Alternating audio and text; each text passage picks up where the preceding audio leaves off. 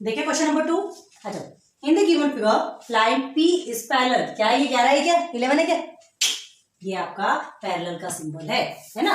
Line P is parallel to line Q, okay, ये line P है, ये line Q है, दोनों एक दूसरे के पैरेलल है।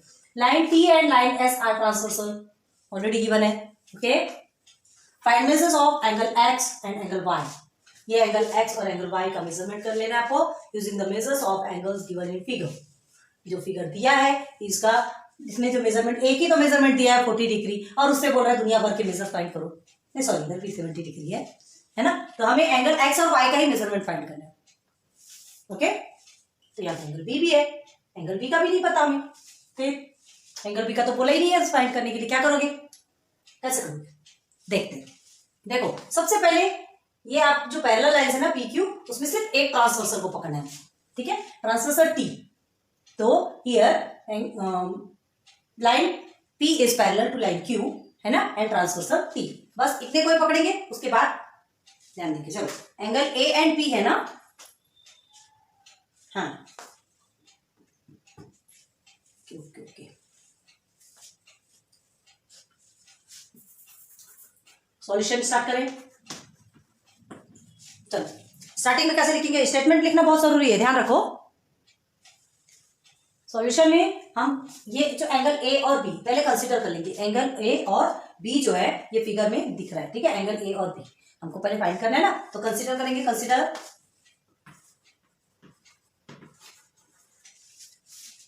Angle A and B as shown in the figure, ठीक है, and B shown in the figure. तो अभी देखो, अभी हमको इस ट्रांसवर्सल को नहीं देखा, अभी इधर देखो, सिर्फ ये जो पैरेलल लाइंस है इसमें एक ट्रांसवर्सल कौन सा है T, पहले हम इसको सॉल्व करेंगे। तो यहाँ क्या दिख रहा है आपको, पहले लिखते हैं यहाँ पे लाइन P है ना is parallel to line Q, parallel to line Q, ठीक है। हमने क्या बोला, पहले ये दो पैरेलल लाइंस में ये ट्रांसवर्सल को देखेंगे, तो Q and T is a transversal. T is a transversal. बस अब इसमें क्या क्या दिया है, देखिए आपको 40 डिग्री दिया है, याद रखो। तो ये 40 डिग्री ध्यान दो, ये यहां दिया है और आपको ये वाला भी फाइंड करना है A।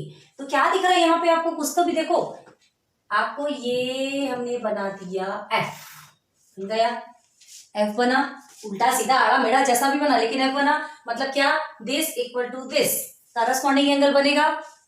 करस्पॉन्डिंग एंगल अगर F बना है तो एक एंगल दूसरे एंगल के इक्वल होगा, पता है ना आपको, करस्पॉन्डिंग एंगल में बताया था this angle is equal to this. तो यहाँ पे ये एंगल आपका 40 डिग्री है, तो A मतलब भी आपका कितना होगा, A इज इक्वल टू भी कितना होगा 40 डिग्री। क्लियर हुआ क्या। तो यहाँ क्या लिखेंगे, देखो P और Q पैरेलल है और लाइन L क्या है, ट्रांसवर्सल है, ट्रांसवर्सल है, तो ये ट्रांसवर्सल लाइन हमको करस्पॉन्डिंग एंगल देके जा रहा है, दिस एंड दिस, ये दो एंगल दे रहा है, तो दो एक दूसरे के करस्पॉन्डिंग है, मतलब दोनों भी एक दूसरे के इक्वल है। तो क्या लिखेंगे, therefore measurement of angle A is equal to how many degree, 40 degree.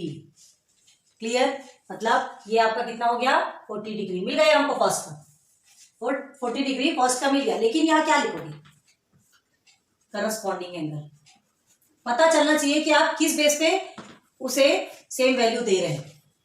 Corresponding angles, ये दोनों करस्पॉन्डिंग एंगल्स है, ओके, एक ही वैल्यू मिल गई। अब इस पे यहाँ आपको ये वैल्यू मिल गई, अब इस x को फाइंड करना है। तो आप देखो इस एक लाइन पे, ये लाइन पे आपके दो एंगल बन रहे, एक ये एंगल बना और एक ये एंगल बना, ठीक है। तो आपको क्या मिला, एक ही तो वैल्यू मिली है 40 और x की वैल्यू नहीं मिली, तो ये क्या हो गया, आपको एक लीनियर पेयर हो गया। ये जो एंगल्स है ये लीनियर पेयर पे, एक सीधी लाइन पे दो एंगल बन रहे हैं, ये पूरा का पूरा ये एक एंगल मिला के कितना होता है, 180 डिग्री के इक्वल होता है। इसका प्लस और इसका प्लस दोनों का प्लस करोगे तो आपको 180 डिग्री मिलेगा, angles in a linear pair, है ना। इंटीरियर एंगल जो होता है वो भी आपका 180 डिग्री का होता है, और जो लीनियर पेयर होता है वो भी आपका क्या होता है, 180 डिग्री का होता है। तो ये दोनों को प्लस करेंगे, ठीक है, दोनों को प्लस करेंगे तो हमको x की वैल्यू मिल जाएगी। क्लियर है, अभी a की वैल्यू तो 40 डिग्री आपको मिल ही चुकी है, एक काम हमारा काम खत्म हो गया। अब दूसरा हमको x की वैल्यू फाइंड करना है, ठीक है। तो क्या करेंगे, यहाँ पे देखो, here measurement of angle x, ठीक है, प्लस ये 40 डिग्री, 40 डिग्री। क्लियर है, सीधे सीधे 40 डिग्री लिखेंगे, या तो मेजरमेंट ऑफ एंगल ए लिख लो, आपकी मर्जी।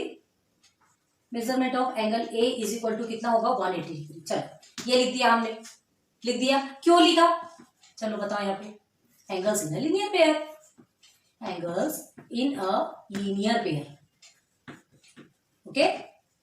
ये दोनों लीनियर पेयर पे एक लाइन पे दो एंगल बने हैं जो कि 180 डिग्री के बराबर होते हैं, तो this plus this is equal to 180 degree. अब जिसकी वैल्यू मिली है, इसकी वैल्यू मिली क्या, नहीं मिली, ठीक है। तो हम लिखेंगे measurement of angle x plus measurement of angle ए आपको कितनी मिली, 40 डिग्री मिली, ओके देन, और इज इक्वल टू 180। ओके, अब सॉल्व करेंगे तो मेजरमेंट ऑफ एंगल x तो चाहिए हमको, इसको यहीं रहने दीजिए। 40 आप इधर माइनस में कर दीजिए, इधर से प्लस में है तो माइनस हो गया 40 degree. Okay, then measurement of angle x is equal to कितना निकल के आएगा आपका 140 डिग्री। 180 में से 40 को माइनस करेंगे तो कितना आएगा आपका 140 डिग्री। क्लियर हो गया। तो आपको दो चीजें मिली, कौन कौन सी चीजें मिली, एक तो आपको मेजरमेंट ऑफ एंगल ए मिला first and this is your second, दो चीजें मिल गई। ये कितना निकला आपका measurement of angle x 140 degree, लिख दिया हमने। ओके, इस ट्रांसवर्सल लाइन का काम, ये वाला पोर्शन हमारा कंप्लीट।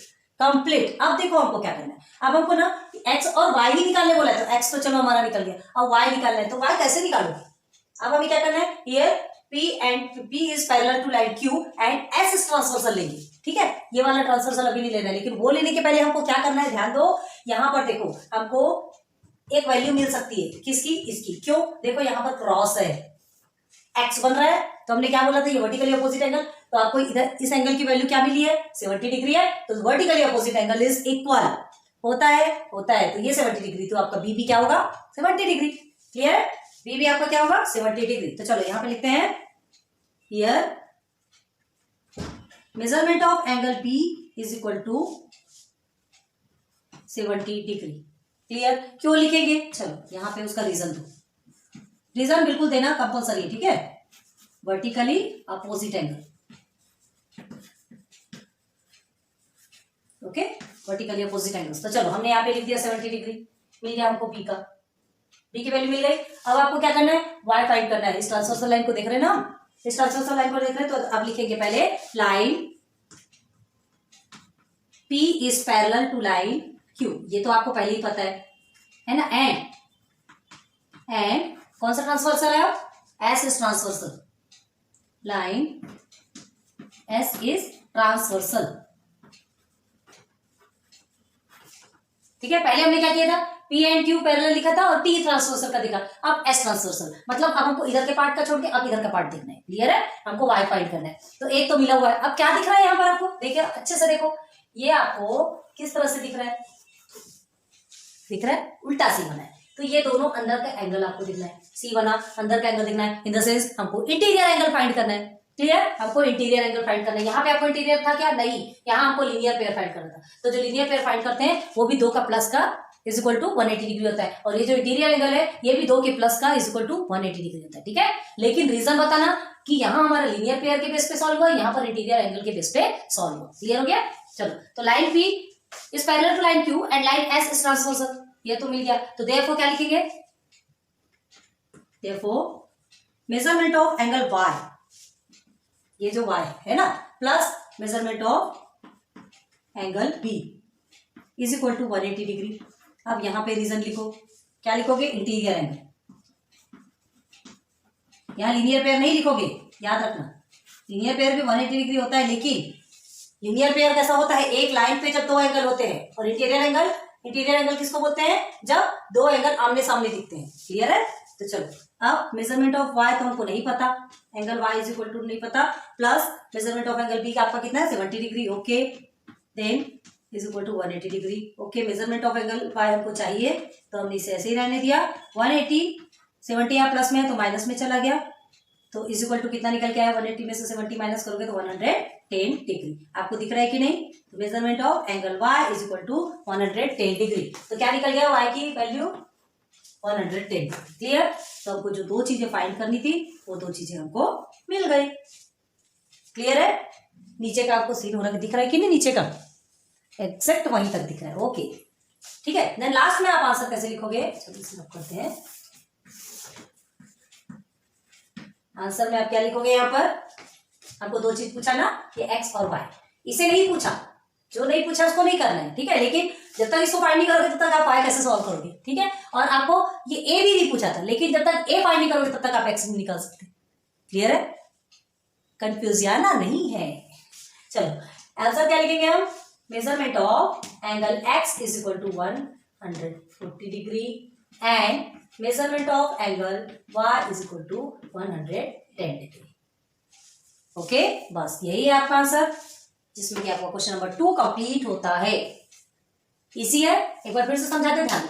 गिवन फिगर आपको क्या दिया है? P और Q आपका पैरेलल लाइन है और दो ट्रांसवर्सल दी। दो ट्रांसवर्सल देता है ना, कभी भी ध्यान दो तो दो पैरेलल लाइन के साथ पहले एक ट्रांसवर्सल का सॉल्व करो, ठीक है, और फिर सेकंड टर्म में दूसरे ट्रांसवर्सल का सॉल्व करना, तो क्या आपके लिए भी इजी होता है। तो देखो क्या दिया है यहाँ पे, हमको x एंड y की वैल्यू फाइंड करना है, business of angle given figure, जो फिगर दिया है। तो हम क्या करेंगे, एंगल A और P है ना, एंगल A और B जो फिगर में दिख रहा है कंसीडर कर दिया हमने। क्या करेंगे, line P is parallel to Q and T is transversal. इसको देख लिया पहले, P is parallel to Q and T is transversal. Okay, अब क्या करेंगे, मेजरमेंट ऑफ एंगल आपका क्या बन रहा है 40 डिग्री, बिकॉज करस्पॉन्डिंग एंगल है ये दोनों भी।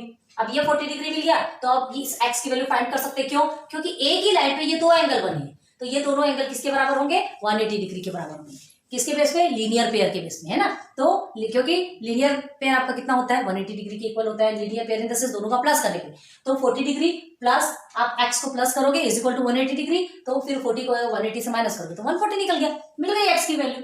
ठीक, अब हमको या नहीं इधर, अब हमें क्या करना है, y को फाइंड करना है। y को फाइंड करने के पहले हमको क्या करना है, इस एंगल को हमको देखना जरूरी है। किसके बेस पे सॉल्व करोगे?